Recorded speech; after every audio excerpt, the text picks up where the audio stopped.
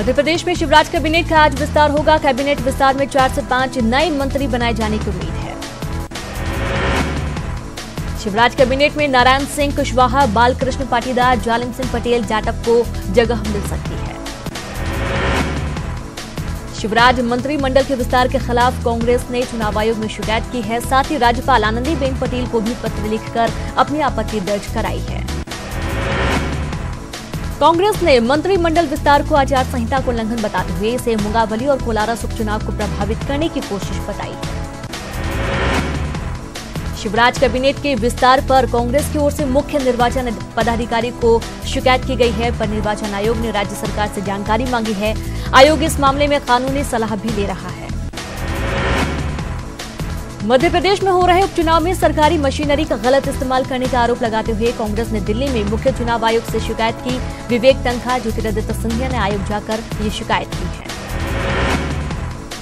संघ प्रमुख मोहन भागवत 3 दिन के बैतूल दौरे पर हैं। यहां भारत भारती आवासीय शिक्षा परिसर में मोहन भागवत के सामने मराठी नाटक जानता राजा का भव्य मंचन किया गया। संघ प्रमुख मोहन भागवत ने यहां अपने संबोधन में कहा कि असली राजा वही है जो प्रजा के लिए त्याग करे। संघ प्रमुख ने बच्चों को वसुधैव कुटुंबकम और शिवाजी महाराज के संघर्षों के बारे में भी बताया। बैतूल में आरएसएस प्रमुख के स्वागत में खड़े लोग हर हर मोदी के नारे लगाए। रेलवे स्टेशन पर संघ प्रमुख ने लोगों को ऐसा करने से मना किया। सीएम शिवराज सिंह चौहान आज भोपाल के सरकारी मॉडल स्कूल में छात्रों से प्रेरणा संवाद करेंगे। सीएम छात्रों को बेहतर परीक्षा परिणाम देने के लिए प्रेरित करेंगे। प्रेरणा संवाद में कक्षा 10वीं, 11वीं और 12वीं के छात्र शामिल होंगे। सागर में अपने अधिकारियों से परेशान होकर आरक्षक राजेश राठौर ने बीच सड़क पर केरोसिन डालकर आत्मदाह करने की कोशिश की। वहां मौजूद लोगों ने आरक्षक की जान बचाई। आरक्षक राजेश राठौर पन्ना में तैनात है। किसी काम के लिए राजेश सागर आए थे और खुदकुशी की कोशिश की। रियाज इकबाल रिश्वतखोर इस्लाम बाबू की मदद कर रहा है, मुसलमानवाद जातवाद फैला रहा है। हमें सस्पेंड कर दे, कभी सवाल कर दे, उसमें कोई कार्रवाई नहीं हो रही है। कौन से थाने में है आप? पुलिस अधीक्षक कार्यालय में था।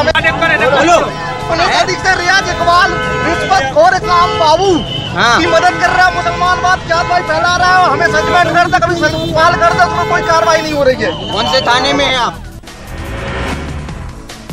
भोपाल पुलिस ने ब्लैकमेलिंग के आरोप में जेल में बंद छात्रा की शिकायत पर कांग्रेस विधायक हेमंत कटारे के खिलाफ रेप और अपहरण का मामला दर्ज किया है।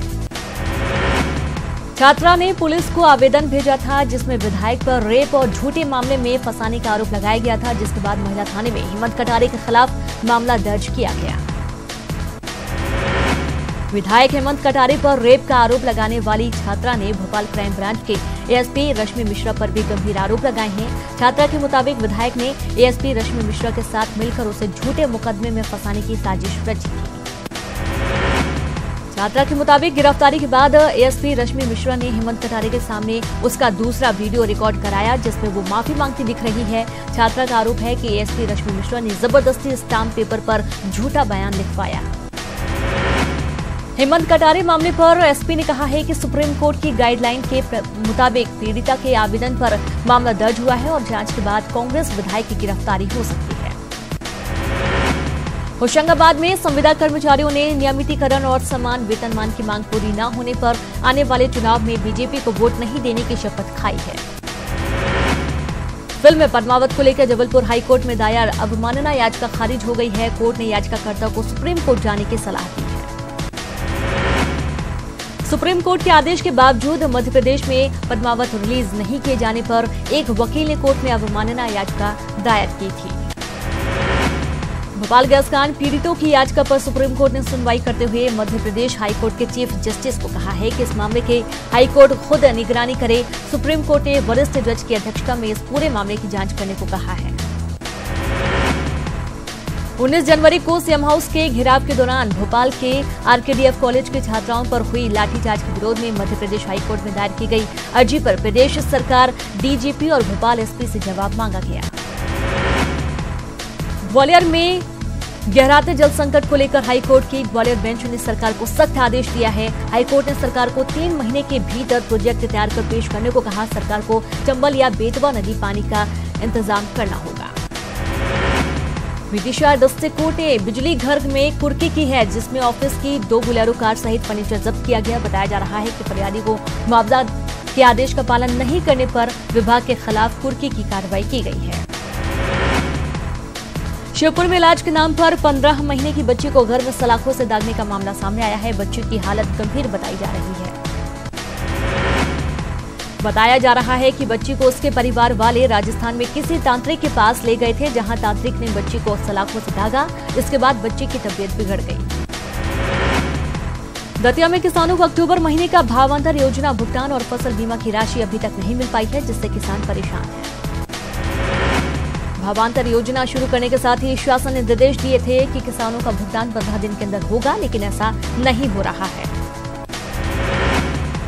मुख्यमंत्री डॉक्टर रमन सिंह आज दुर्ग के दौरे पर रहेंगे। मुख्यमंत्री यहां पुलिस स्वयं सेवक योजना का शुभारंभ करेंगे।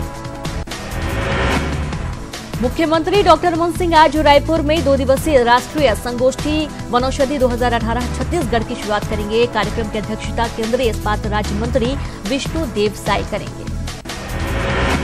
छतरपुर में कांग्रेस पार्टी ने सम्मेलन संकल्प 2018 का आयोजन किया, जिसमें पार्टी के बुंदेलखंड समन्वयक चंद्रिका प्रसाद द्विवेदी और पूर्व गृह मंत्री महेंद्र बौद्ध ने कार्यकर्ताओं में जमकर जोश भरा। छत्तीसगढ़ विधानसभा का बजट सत्र 5 फरवरी से शुरू हो रहा है। सत्र के लिए सत्ता पक्ष और विपक्ष दोनों ने तैयारी कर ली है। बजट सत्र हंगामेदार होने की संभावना है। खंडवा में बीजेपी के नगर उपाध्यक्ष कैलाश राठौर का एक वीडियो वायरल हुआ है, जिसमें बीजेपी नेता चालानी कार्रवाई के दौरान पुलिस पर रौब झाड़ रहा है। पुलिस को धमकाने के मामले में बीजेपी नेता कैलाश राठौर ने लिखित माफी मांगी है। बीजेपी नेता ने एसपी से मिलकर एएसआई से बहसबाजी के लिए लिखित माफीनामा दिया है। सिवनी में 8 गांवों के किसानों ने सामूहिक आत्महत्या की चेतावनी सरकार को दी है। किसानों का कहना है कि उन्हें सिंचाई के लिए चीजबंद जलाशय से पानी दिए जाने का वादा किया गया था, पर पानी की जरूरत पड़ने पर अधिकारियों ने जलाशय से पानी देने से मना कर दिया है, जिससे उनकी फसल सूख रही है। रतलाम में सरकारी क्लर्कों की कंप्यूटर परीक्षा ली जा रही है। जो क्लर्क इस परीक्षा में फेल होंगे उन्हें कंप्यूटर सिखाया जाएगा। फिर भी जो कंप्यूटर नहीं सीख पाए तो उनकी नौकरी जा सकती है। पाकिस्तान के लाहौर में रहने वाली भारत की एक बेटी ने अपने बीमार पिता को देखने के लिए विदेश मंत्री सुषमा स्वराज से वीजा की मांग की है। गौहर ने कहा के बाद अपने पति के साथ लाहौर चली गई थी। गौहर ने सागर रहे अपने परिजनों को एक वीडियो भेजा है, जिसमें वो विदेश मंत्री सुषमा स्वराज से वीजा की मांग कर रही हैं। वीडियो में गौहर ने कहा है कि उसे पिछले 11 साल से भारत आने के लिए वीजा नहीं दिया जा रहा है। भोपाल के भानपुर खंती में लगी आग को पूर्व मुख्यमंत्री बाबूलाल गौर ने साजिश बताया है। गौर ने आग के लिए नगर निगम को जिम्मेदार बताते हुए उच्च स्तरीय जांच की जरूरत बताई है। भोपाल के मेयर आलोक शर्मा ने भानपुर खंती में कुछ लोगों पर आग लगाने का शक जाहिर किया है। पर्यावरण विभाग के प्रमुख सचिव अनुपम राजन ने भोपाल के भानपुर खंती का मुआयना किया और निगम अधिकारियों को फायर फाइटर की संख्या बढ़ाने को कहा, ताकि आग पर जल्द काबू पाया जा सके। गुना में वन विभाग के तेंदुपत्ता गोदाम में आग लग गई। गोदाम में आग लगने से 25 लाख से ज्यादा का तेंदुपत्ता जल गया। सिवनी के घूरवाड़ा गांव के पास NH 7 पर 4 लेन निर्माण कार्य में लगी ग्रेडर में अचानक आग लग गई है। काफी मशक्कत के बाद आग पर काबू पाया गया।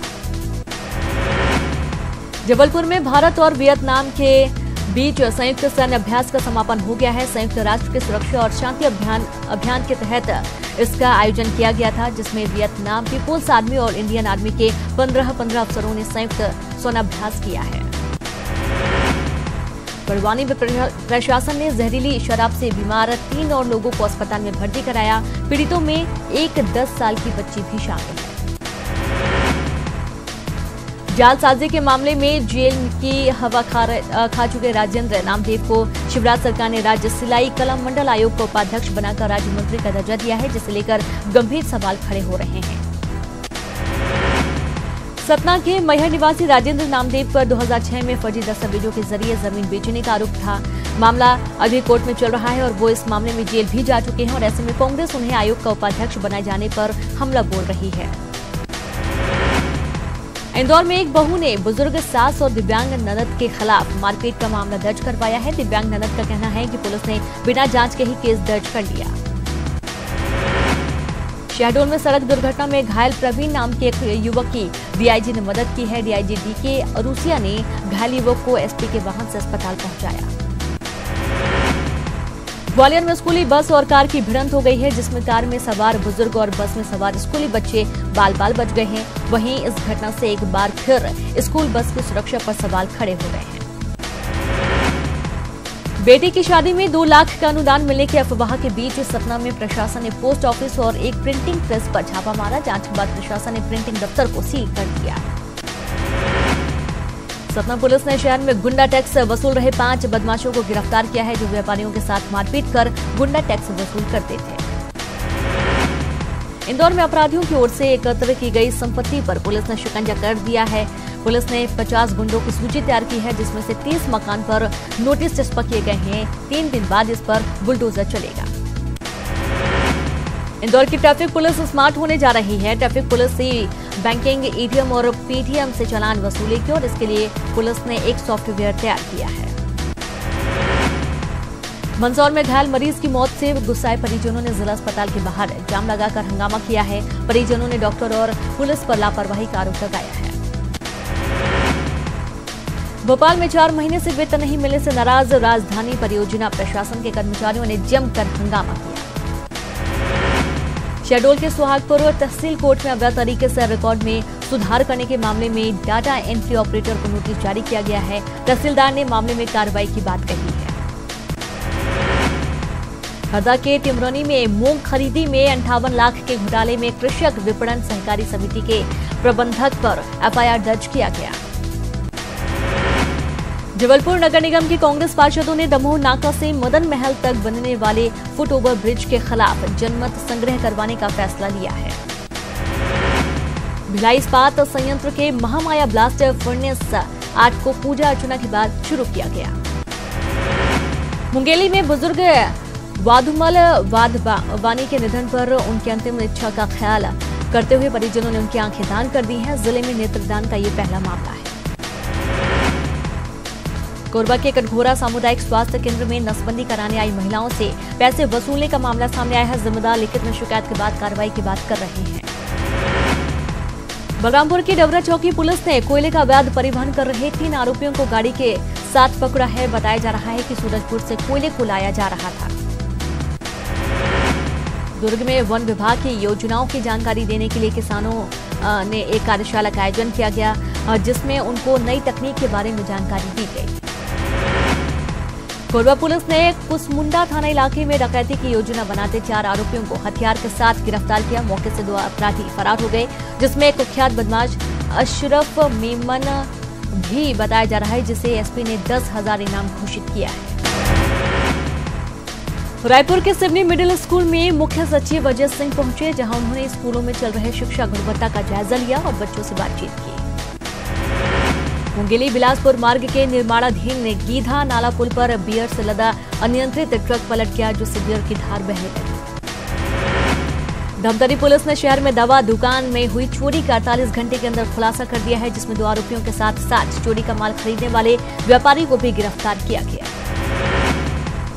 अंबिकापुर में निर्माणाधीन छत का छज्जा गिरने से 2 बच्चों की मौत हो गई है और एक बच्चा घायल हो गया। पीएम आवास योजना के तहत घर बन रहे थे। कोरबा में एससीसीएल की मानिकपुर खदान में डेटोनेटर फटने से एक मजदूर की मौत हो गई है। ड्रिल करने के दौरान हादसा हुआ। जांजगीर चांपा के परसदा में शासकीय उच्चतर माध्यमिक विद्यालय में की छात्राओं से छेड़खानी के आरोप में पुलिस ने 3 युवकों को गिरफ्तार किया है। ये लोग स्कूल आते जाते समय छात्राओं को परेशान करते थे। बिलाईगढ़ में मुख्यमंत्री कन्या विवाह का योजना के तहत 16 जोड़ों का विवाह कराया गया।